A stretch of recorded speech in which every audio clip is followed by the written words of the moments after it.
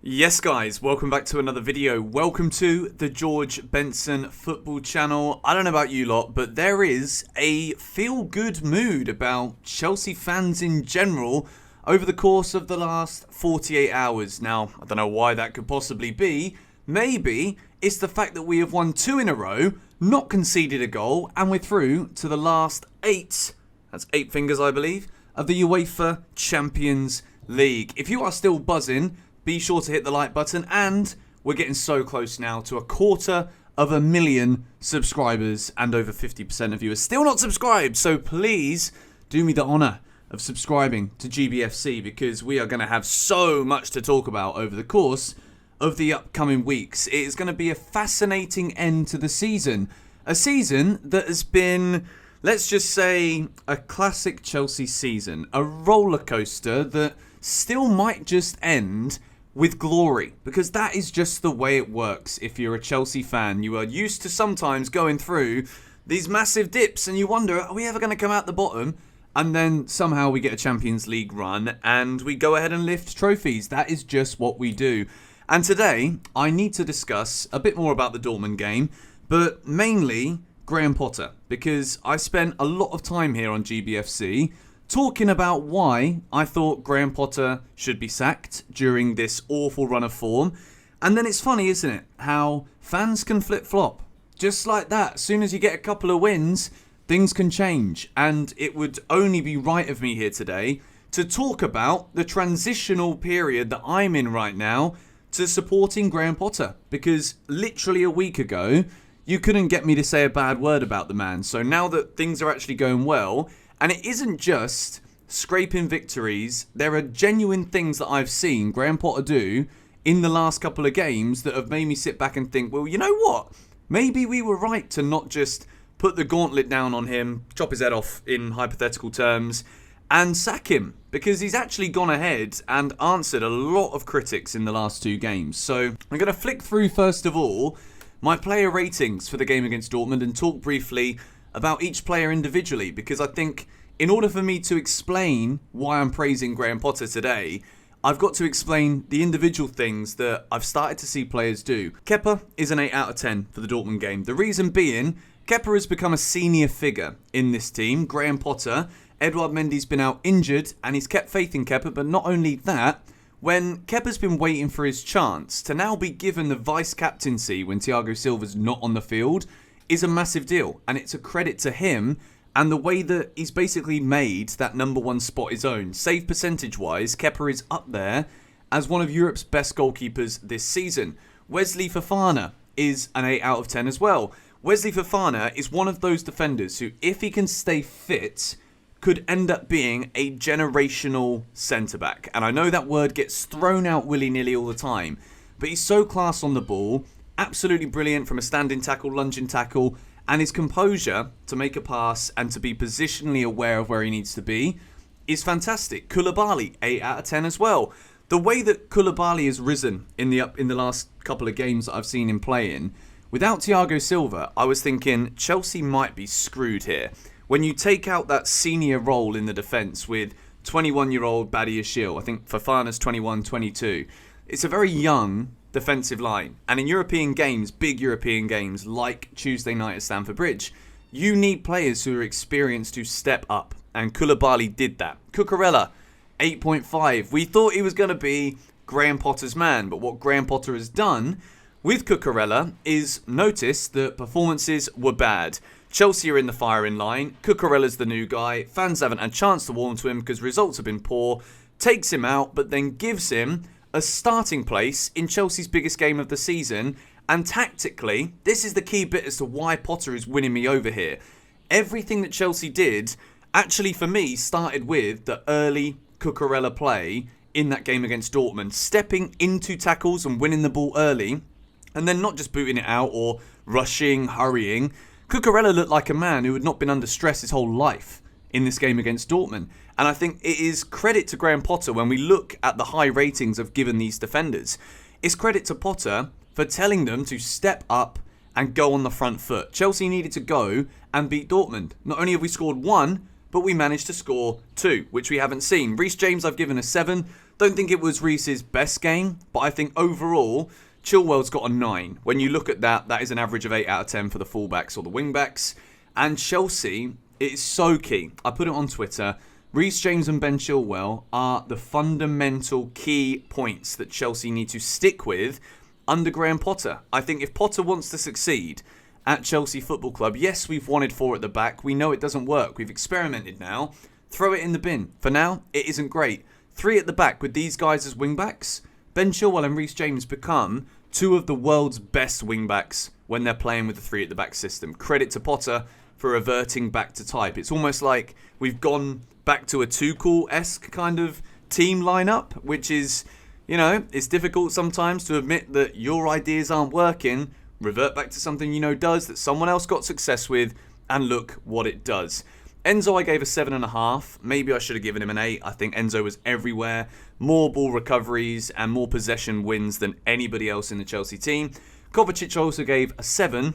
Could have been a 7.5 really. Kova was absolutely everywhere. And again, I think there is balance in that midfield too between Enzo and Mateo Kovacic. João Felix I gave a 6.5. Think I could still get a lot more from Felix. I think he's doing a lot and he tries very hard in the game, but at the moment he's just not everything is executed perfectly. So I gave him a 6.5. Raheem Sterling I gave a 7. Scored the goal that gets us right back in the tie. The cat is disappointed with me. Hello, what do you want? Are you disappointed? Should I give Sterling more? I don't know if she wants less or more. Just giving her a bit of duck. Pecking duck for the first time in her life. Would you believe it? Kai Havertz gets a 9. And again, this is why I've got to praise Graham Potter here, because I've been saying it game after game after game that Kai Havertz shouldn't be starting right now for Chelsea. Performances haven't been good enough. And what we saw from Graham Potter's Chelsea team against Borussia Dortmund was absolutely everybody, even the players who have not been able to hit a barn door, not been in good form, everybody fighting for the manager. When we listen to press conferences, interviews with players where everyone is backing Graham Potter to the hills, people are saying just how great he is as a man manager, which we've always heard has been the forte of why Graham Potter has become known as a success in the football managerial world. And when we start to see players who have been so out of form, struggling so much to get a tune from, when you see them turn up in a big game, players like Kai Havertz who have done it before in big games for Chelsea, we've got the Champions League goal, we have got the goal at Anfield. Kai Havertz is a man for the big occasion. And I think overall, I've also given Gallagher a 7 as well, because I thought he came off the bench and did a lot of good work with energy for the Chelsea team and assured the back line for the rest of the game. Potter got a 9 out of 10. And like I said at the beginning, it's important when I've spent so much time here on this channel saying that Potter should go, he's not good enough. I wanted to be proved wrong. And lo and behold, I know it's only 2 games, which is what I want to get into in a second as to how I think we can sustain this, build upon it, and how Potter will be judged. Eunice did a video yesterday where he said he wants to see a 55% win percentage in the Prem. I think that's a pretty good barometer. But what Graham Potter needs to continue to do, in my opinion, between now, the Champions League quarter-final and the rest of this season, just because it looks as though in the Premier League we've not got anything to play for. We're 10th in the league. If we beat Leicester at the weekend, we still might be 10th in the league. So, in order for Chelsea to get the most, and for Potter to get the most out of our chances, whoever it may be in that quarter-final, we need to find continuity. I said it weeks ago when I was still frustrated with Potter. We need to actually find a spine to this team. And if the spine isn't able to be found right now, because we're still waiting on a proper striker, a number 9, then what we need to do between now and the end of the season is stick with a winning formula. And even if we are worried and we've got data behind the scenes telling us that players need to be careful about how much they play in case they get injured, my argument with this is, yes, okay, there are some players who have been consistently getting repeated injuries over and over again. Maybe with some of them we do need to be cautious, but I'd be just as cautious at chopping and changing, not taking Premier League games seriously, in the hope that we can field our strongest 11 in whoever we face in the quarterfinals. The way that Chelsea are going to turn a 1-0 win against Leeds with arguably a poor performance and a 2-0 win against Dortmund with a great performance and a great outcome. The way we build on this is to keep with the winning players who keep winning football matches. Mudryk hasn't had a sniff in recent games. All right, but we're winning games now. So ease the players in gently. Do what you did with Cucurella. Not playing well, take him out the team, wait for the time, and then put him into a game where tactically he's prepared and ready to deliver what he needs to do for the team. And that is what Potter's done well in the last two results, and he needs to continue to do so. I don't want to see wholesale changes just because we are trying to keep everyone fit and ready for that quarter-final. Chelsea have got to build momentum now. When you win 2 football matches, you don't all of a sudden just become the most confident outfit in the country or on the continent. You need to continue to develop, to progress. And I think at the moment, we've got to sack off any ideas of playing 4 at the back. 3 at the back works. Let's build upon it. Let's use the results and slowly integrate different spices to the dish that is Chelsea Football Club to make the dish more exciting. At the moment, I want to see Leicester at the weekend. Let's go and grind out another win. Why not? Instead of trying to, impress everybody and make everything flash quickly. Leicester, defensively, woeful. Going forward, fantastic. What a perfect opportunity to build on our 2 clean sheets, build on the fact that we scored 2 goals in that last game. Let's just try and dominate Leicester in terms of the way that we control the game. And I think for me, if Graham Potter continues to show what we've seen, especially in that game against Borussia Dortmund, and I haven't even got to the point about the fist pumping and the getting involved with fans, being there on the touchline, barking instructions out. That's brilliant too.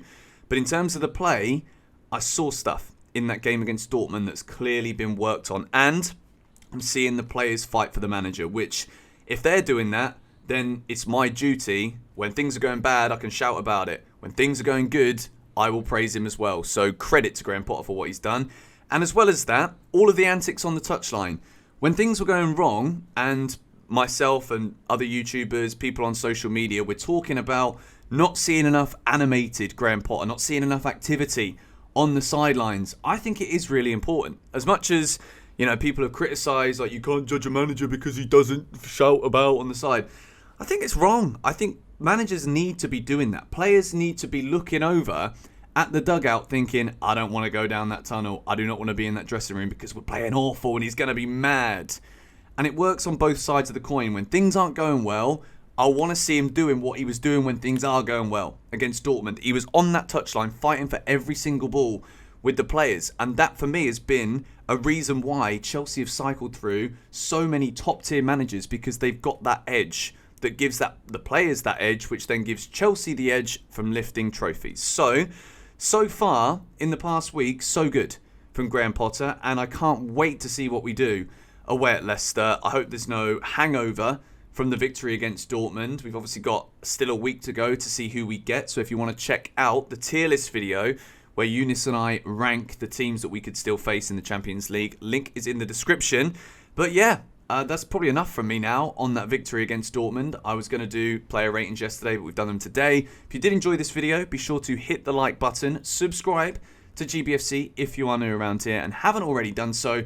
And Eunice is posting his video, our collab, on his channel today, so make sure you check that out as well.